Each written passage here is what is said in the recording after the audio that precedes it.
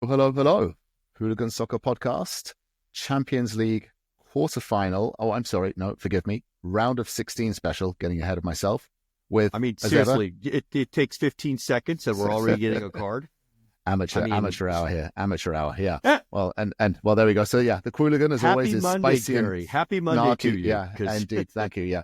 It's been a slow hungover Monday for me, that's for sure. So that could be the reason for it as well. Definitely not match fit. So yeah, myself, Gary Striker, and as always, my wonderful podcasting partner, Qooligan. How are you, Qooligan? How are you? I'm good because I'm not hungover and I'm drinking coffee. It is still the AM. It is still the AM out in my part of the world, but no, it's okay. Excited to talk Champions League. It's not like there's anything else going on. No other leagues are playing, right? This is it. Is this all that matters? This is the big one tomorrow, but as we were just discussing in the green room, if that's what we're going to call it as well, we're going to have to do another podcast for all of the tomorrow for the global stuff with all the MLS and all of the stuff that's going on around the FA Cup, and then so we're going to be recording. Let's not forget the Champions League of the Western Hemisphere.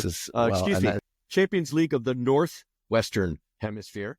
The Northwestern Hemisphere, yes. The CONCACAF Champions Cup, indeed. But we're not going to touch on that today. We are focusing solely on the round of 16 of the Champions League, which is coming together very, very well. So let's get into it. So we've got, obviously, games starting tomorrow, which will obviously be on Tuesday and then Wednesday. And it's a two-legged affair, no away goal rules. And obviously it's got some spicy fixtures, that's for sure. So where should we start first of the Tuesday fixtures? Do we just want to go in temporal order in terms of the games being played? That's why complicate and confuse people. So so start with the first game, Club Brugge. Just to confirm, I am saying that correctly. Brugge, I'm getting there, as they like to. I've noticed Kate Scott on Paramount Plus has also been calling it Brugge, and then I think when you get Jamie Carragher with his Scouse accent coming in as well, it sort of gets a little bit bastardized a little bit. But it becomes a bit more of the Portuguese, but it's all right. We forgive everybody their foibles. It's not exactly one of the easiest cities to pronounce. It is not. It is far better than Scheveningen. Yeah, I'm not even going to try that one as well. But nope, but don't. Yeah, but Club Brugge against Aston Villa. So you've got the Belgians. Well, the Aston Villa crowd in Birmingham traveling to Brugge and having the first. That's the early fixture as well. It's interesting they've started bringing these ones in a little bit early. For you particularly, that's like an AM Champions League game. So, I mean, you can roll out of bed, have a coffee, and suddenly you're into Champions League football, which is great for you, which is nice. So what do we think of this one? Where's your head at? Who do you think's going to do one over who? I'll be honest. This is normally, I mean, let's look at what Brugge has been doing. They came in at the lowest. They were the lowest qualifying team, right? They were the 24th team. In ranking, they upset Atalanta, and their form in the Jupiler Belgian Premier League is not great. Yep, that doesn't matter, because this is an Aston Villa team that is so all over the map that I just can't quite put my finger on who they are and what they're doing. So I've given this one a coin toss, really. And there's a small part of me that would love to see these upstart, Belgians take it from Villa. Not because no animosity towards Villa, but there's got to be some underdog that goes all the way through. And there's a good number of underdogs in this round of 16, I have to say. People would not have expected to see some of these teams here. But Brugge is definitely the one that is most unusual.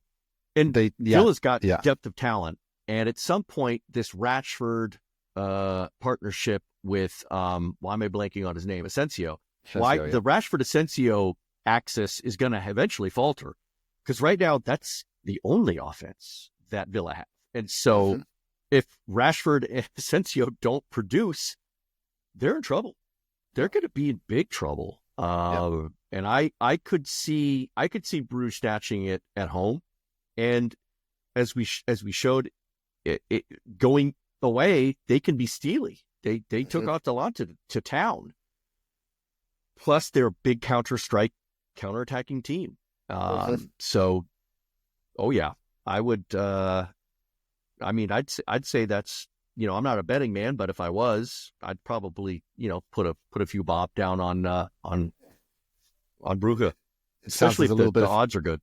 It sounds like a little bit of bias towards your Flemish ancestry and heritage. No. One, let's be perfectly blunt. I am not Flemish, and I have no Flemish ancestry. So no, that has nothing to do with it. Nothing to do with it. What about just a love for moule marinière and mussels? Perhaps is there anything related there? I will say I do like myself a good moule frite. Yeah, and they make some. They do it well, and of course the beer in Belgium is top notch. So you can't beat it. Yeah. So yeah. Well, there we go. So Aston Villa fans, if you are traveling as well, be sure to have some mussels for us, because that will definitely be a highlight for me as well as obviously great Champions League football. Without a doubt. Okay. So yeah, I think I agree. I think it all depends if Rashford and Asensio sort of are firing.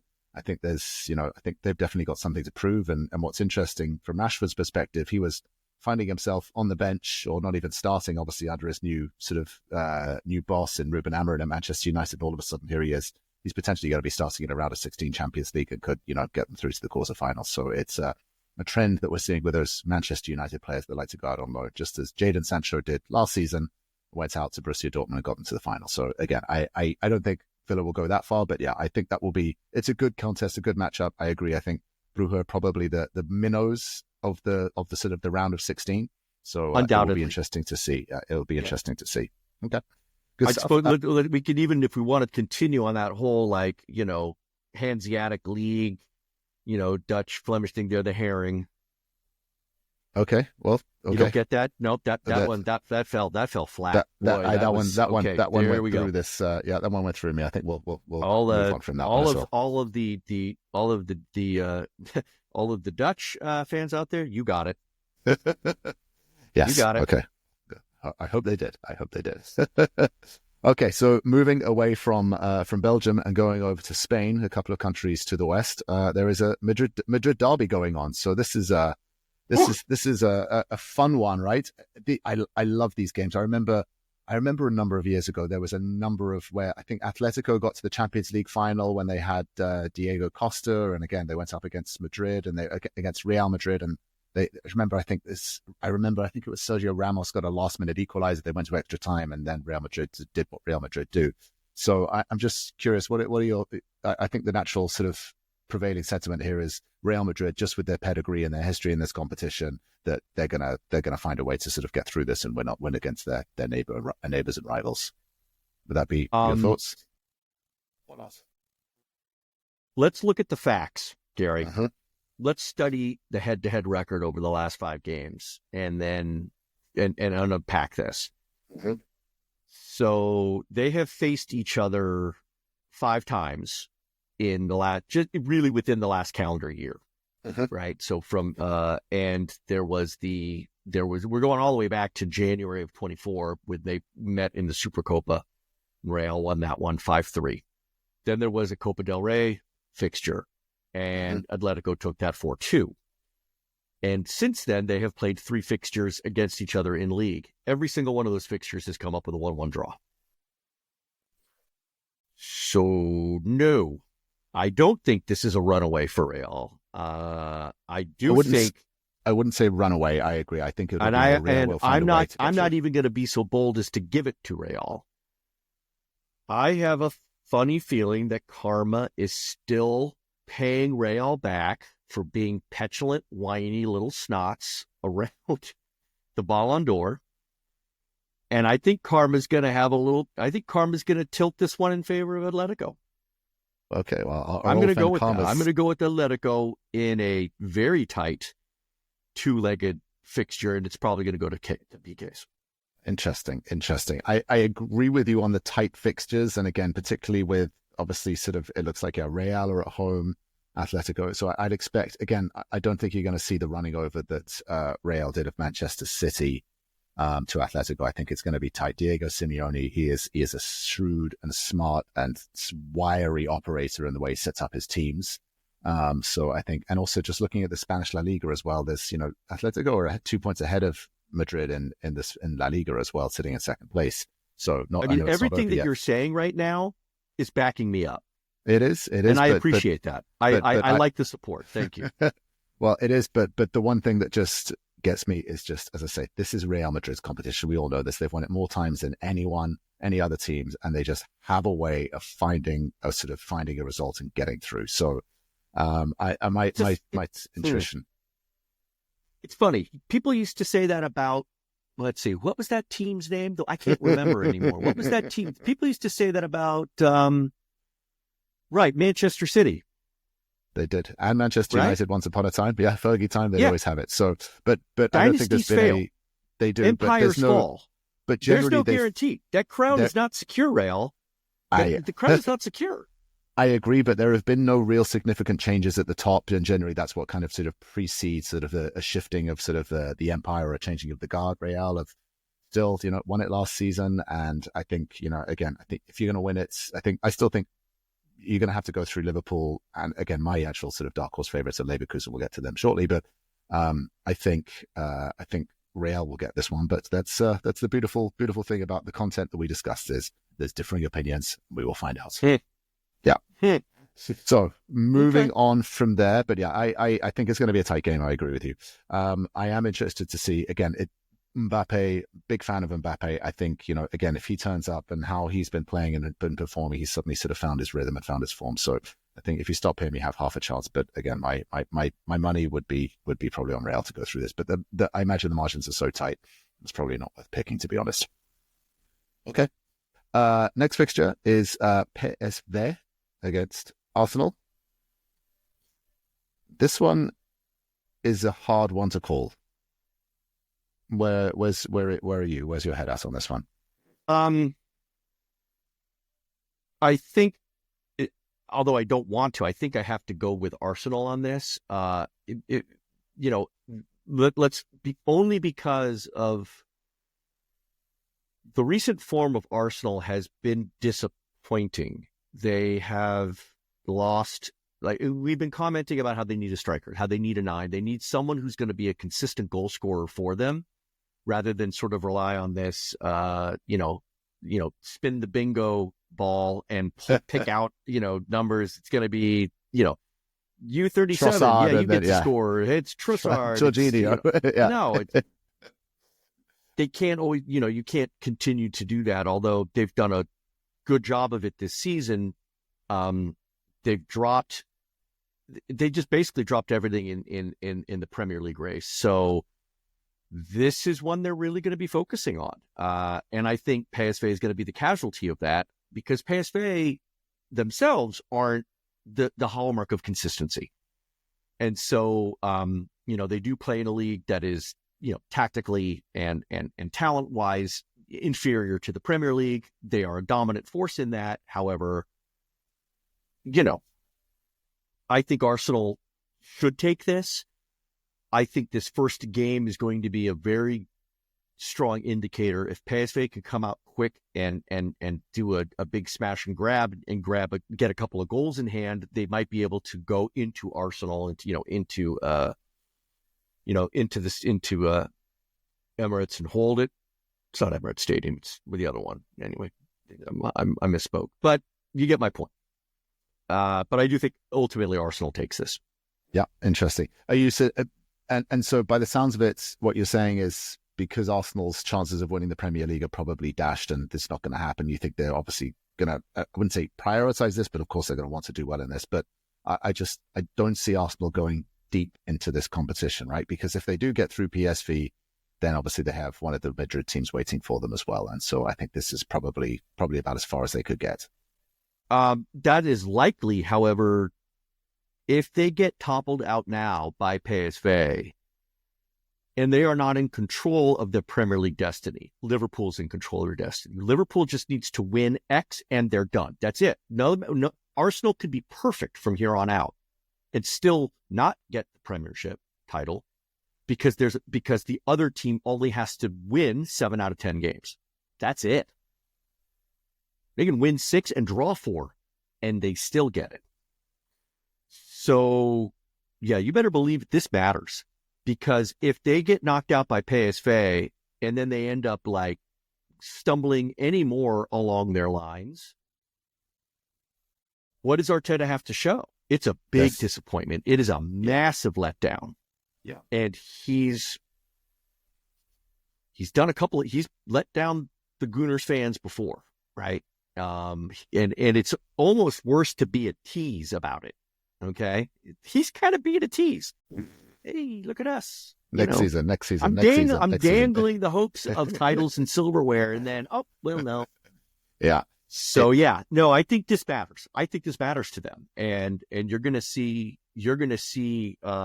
Arsenal really trying to pull out all the stops. Mm-hmm, mm-hmm. Yeah, I agree. I think they'll go for it. My concern would obviously be is just lack of firepower. I think that as we've said, I think everyone knows that Arsenal are pretty toothless up front, and so we'll have to see how that goes. But I agree. I think Arsenal probably do just edge it, but then, as I say, then probably Real are waiting for them in the next leg, and then it's over. So I disagree. Yeah, it's going to be Atletico, but Atletico. But even if it is Atletico against Arsenal, you're right. You meant Madrid in the sense of the whole city. Well, you're absolutely accurate. 100% accurate. Yes. Just keeping on that culinary thing. There will be a Madrid team at the end of that path, no matter if they what. get through that. You're right. And at least keeping in that culinary theme, at least the Arsenal fans will be able to go and get to have some tapas as well, and go and enjoy some tapas and some sangria in Madrid as well, and some paella as well while they're at us. Okay, so I think that one will be. I think it'll be a tight one as well. I don't think there's going to be a sort of an absolute sort of smashing there again. I think it'll be really tight, and as I say, I think maybe Arsenal get through, but I am not. Yeah, I don't hold huge hopes for them and seeing them going deep in this competition. So okay. And then the final fixture of tomorrow on the Tuesday game is Borussia Dortmund against Lille. This one is interesting because both of them are not doing well in their relative leagues, right? They are not doing well. I mean, Lille is outside of the qualification zones in the French league, and then also just Dortmund. I mean, it's shocking considering they're in the Champions League last season, Champions League final last season, and now they're sitting in 10th in the Bundesliga. This is everything. They need to get this to sort of, both of them need this to sort of have any chance of surviving a season, right? And I think what is also, for me, curious is Lille got in the top 8, so they had 2 games of rest, and Dortmund has had to churn their way through. Admittedly, they didn't have the worst time of it in their knockout rounds, but Lille's a bit of a wild card in my opinion, and I don't think it's one of those curiosities that rest for them may not have been a good thing. Mm-hmm. Mm-hmm. They might have needed a bit more churn, a little bit more, intensity coming into this fixture. It's a mystery. It's a true mystery to me, how this one is going to turn out. This first game, I think, will be extraordinarily revealing. And of course, Lille's coming off an absolute shellacking by Paris Saint-Germain, right? Over the weekend. Right? So that's not going to be pretty. I'll be curious. Definitely be curious. I have to confess, I have a bit of a soft spot for Dortmund. I always do like them, just their philosophy and their approach of sort of buying young players and building them up and being sort of a de facto feeder club, if you like. They've always sort of done that, where they've taken talent. Look at Pulisic as a prime example, and some of the other players. And I always do like that, respect them for it. So I'm going to go with Dortmund on this one. I think, again, having got to the final, again, there's that pedigree. They have won this competition. I think in the late 90s, I believe they won it as well. So there is a bit of sort of history and pedigree there. Lille, again, I think they're out of their depth here, and I think Dortmund go through. I can't disagree. No, I have to. I think you're probably right. And yes, this is a rarity, ladies and gentlemen. We will not be taking opposite sides on this. So there we go. Okay, but I will not rule out the fact that Lille could absolutely pull a shocker. They were saving it. Come out and Yeah, maybe the French have a different crazy harebrained plan of, guys, let's don't worry about the league and let's focus on the Champions League. But I doubt that very much. I doubt that. Okay, and then so that's the Tuesday fixtures. Moving through to Wednesday, the early kickoff there is Feyenoord against Inter, which I don't hold much hope here for Feyenoord. I think Inter, just the form that they've been on in Italy, and obviously sort of how they're sort of really doing so well in Serie A. I think Inter probably go through and take this one unless you think. Yeah, I agree. I think anybody who's looking at the round of 16 is going, how can there possibly be two Dutch and one Belgian club at this point, right? There's a lot of people saying that, and they're not wrong. That's not to say that PSV and Feyenoord don't have their respective strengths, or even Brugge for that matter. And I think, PSV has the cachet. They've got the name. They've certainly been the strongest and the most consistent club over literally decades within that league. If any club has a chance to pull a smash and grab, it's going to be Feyenoord. They are they're a real gritty, I don't want to say dirty, because that's not a fair thing to say, but they've got tenacity, they've got grit, they've got a sort of a real working class approach to the game that can be extraordinarily effective. And and so, but I also agree, it's Inter. Yeah. And they're solid that Italians. One team that throughout this entire Champions League pattern has been going through. They're the one team that nobody talks about, and yet they're just getting it done. They're just slowly, steadily, efficiently, mercilessly knocking down all the oppositions. I could absolutely see them going all the way into the finals, right? Yeah. Just by flying under the radar and not really anybody paying that much attention. Yeah, I don't disagree with that statement. And again, obviously, as we said, like they're top of Serie A, and obviously sort of looking sort of really strong. They had a little bit of wobble lately, sort of in the last 5 matches. Just looking at their form, they've lost 2. But I think Inter probably sort of just have, again, that Italian resolve in the defense. I'm curious from your perspective as an Ajax fan, and obviously with your Dutch background, are you sort of supporting and hoping that some of the Dutch teams go through, even though as an Ajax fan and Ajax are not in this in the competition? Sure. No, I listen. But if I had to choose, I'd choose Feyenoord over PSV. Okay. All right. Just curious on that one. Okay. Yeah, I mean, all right, Feyenoord's just they're Rotterdam's club, man. It's like you gotta. And Feyenoord that was Arne Slot's the Liverpool manager now. He was the manager. It was Feyenoord, right? He managed them, and he was the manager of Feyenoord before he was a big part who got them into the Champions League, and so the chances of them meeting, I don't think, just looking at the brackets, is probably very, very slim. But I was just the bracketology does not look favorable there. It doesn't look good. Yeah. They basically, the winner of that game then goes up against the winner. They would have to meet in the champion. They would have to meet in the final. Yeah, that's. And wouldn't that be a story? Well, that would be a story. That be a headline? That would be a story, but I think there are probably more probable outcomes than Feyenoord getting through to the final of the Champions League. Yeah, it's more probable that pigs fly out of my arse, but I'd say definitely. Well, I will refrain from commenting just to keep the ratings down on this podcast. Okay, then the other one as well. This, I think we're probably going to disagree strongly here on as well, is the German matchup. You've got Bayern Munich against Bayer Leverkusen. Now, obviously, I think it's no secret of my adoration for Xabi Alonso and the work and the sort of wonderful tactical management skill that he has done with Leverkusen. Obviously, last season, going to the whole Bundesliga season, unbeaten, winning the league, getting to the final of the Europa League, so the Europa Cup final, and losing to Atalanta. And so, again, I have a feeling that you're going to say Bayern are just going to walk through this one because it's Bayern and they sort of dominate and they have Harry Kane and all of that firepower. Or am I reading this incorrectly? No, you're absolutely correct. And your fanboy devotion to Alonso at Leverkusen is extraordinarily heartwarming and so misplaced. Is that it? Yes. Cute, I think, is the other word I was looking for. It's very cute. Listen, and if this was last year, I would be on the Leverkusen train 100% because they were remarkable.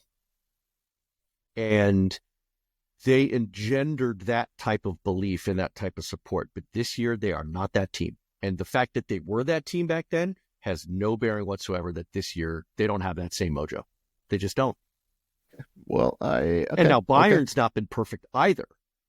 But pound for pound, they're a better team. I would agree. They've got better talent. They've got better talent, and they're just it's between Kane, Olise, Musiala, Kimmich, so strong. Yeah, so strong. All of these guys. Yeah, I mean, they can throw away Matisse Teld and load him out to Tottenham, and he can also be rubbish for them as well, right? That's right. But I think just looking at the Bundesliga as well, obviously Bayern are riding high. Obviously, they've only lost one game all season. Harry Kane's the top goal scorer, so it looks like Harry Kane may finally get the opportunity to win a trophy, which I'm sure he's getting giddy at, and hopefully they don't shit the bed. And then who knows? Obviously, the Champions League is it's well within their reach and well within their grasp. And they have a very, very strong lineup. And again, if the winner of this game obviously goes through to meet Inter or Feyenoord, we suspect probably Inter. And so I think we're going to disagree on this one. I'm going to go with Leverkusen. I think Leverkusen are going to do it. I think my man crush Xabi Alonso is going to do Stick to your guns, Gary. Stick to your guns. Follow your heart. Follow your heart. I am, and following it, I am. So we've got that one. And then two more games to cover as well. I think let's go to the next one. This is the juiciest fixture of the whole round of 16. PSG against Liverpool. I think this is going to be an absolute thriller. I am excited. Yeah. This is the game I'm going to watch. It's a shame that, in a way, you've had so many good finals already happen. Yeah. Right? Between your Real Madrid and your Man City and your PSG, it's a PSG and your Liverpool. I will say I do not think that the PSG Liverpool fixture is as clear cut as I thought the Real Madrid Man City one was. I did not think City was going to get out of that. I am inclined to think Liverpool will pull out all stops to Champions League is going to matter, and they're going to go 100% all in on this. As is PSG. I think it's going to be a clash of titans. I think it's going to be one hell of a set of fixtures. They play the first one in Paris. I think that favors Liverpool because Anfield, of course, is a tough spot to play. They're gonna want to take it from PSG at home, but they're gonna go into Parc des Princes with all guns blazing. Yeah. What's interesting also, if you just look at Liverpool's fixture list as well, right? So again, this is where it's suddenly, as we said, the business end of the season. I think we can obviously all categorically agree that it is Liverpool's to lose for the Premier League. So they're pretty much on cruise control. The game after this, they're going up against Southampton, which is just an unfair fight, right? They're just, again, you can actually treat that as a cup game and field a weaker team as well. And then go back to the second leg. What's interesting, after that second leg game, it looks like it's 5 days later. They've then got the Carabao Cup final against Newcastle as well. So this is all of a sudden where, they just want to start. This is where Slot seems to have been very, very good at managing his squad and rotating players and still getting results. And I think he will probably continue to do that and get through it and then sort of, get into that. So I suspect Liverpool will sort of have the better of PSG here just because PSG, they go all season playing against competition that is just not comparable.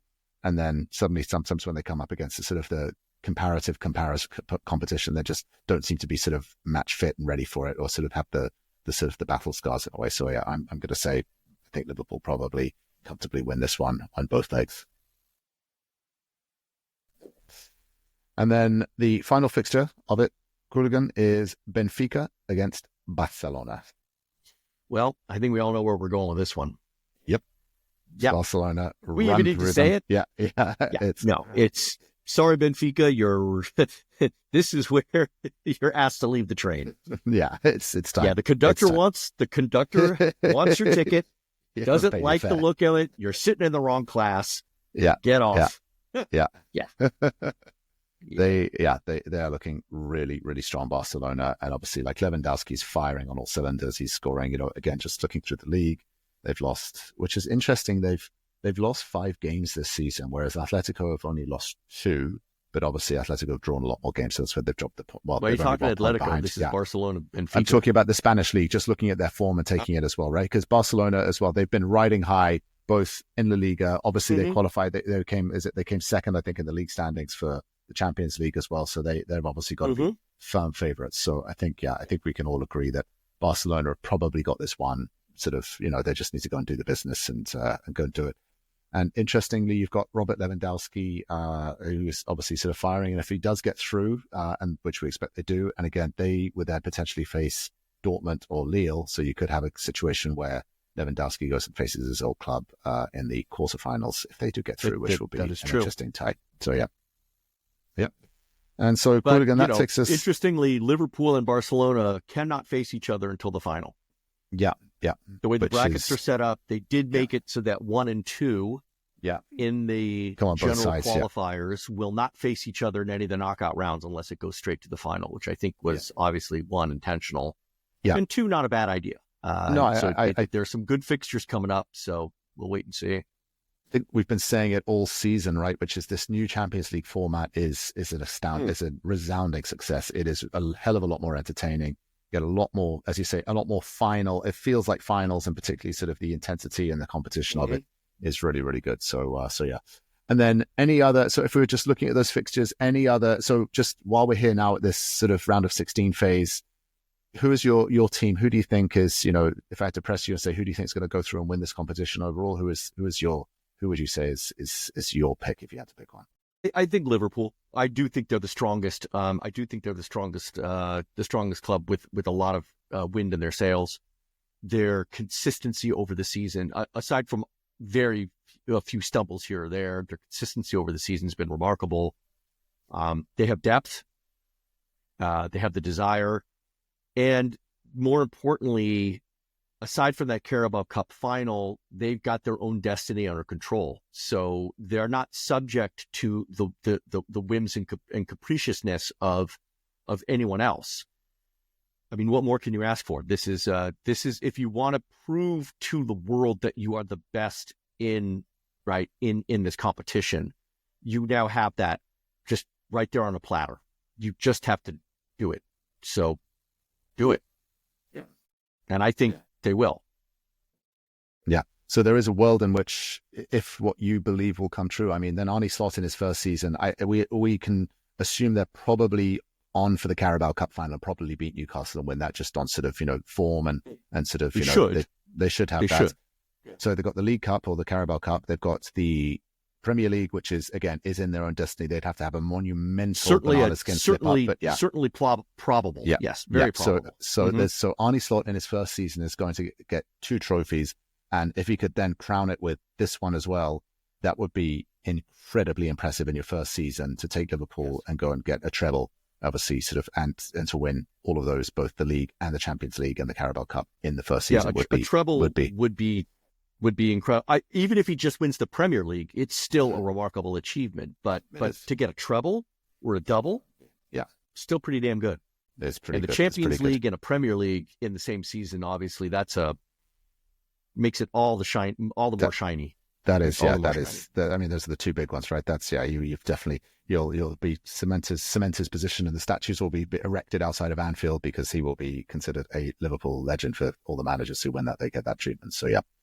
Okay, well, Qooligan, thank you for that. That was obviously insightful as always. I love the fact that we were able to discuss some culinary nuances between all of the different cities, as well as obviously bringing up Karma and obviously. I didn't want to say anything, but Madrid has paella and tapas, but it is not the city for either of those, right?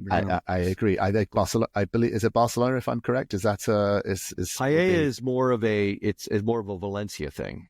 It's true. That's right. Yes. So it's a Valencia thing. And tapas, well, I mean, all of Spain loves their tapas. So I am not going to offend anybody in Spain by saying that one particular province's tapas is better than another, because you each have your own, beauty and deliciousness. Oh, okay. And it was a little waffly.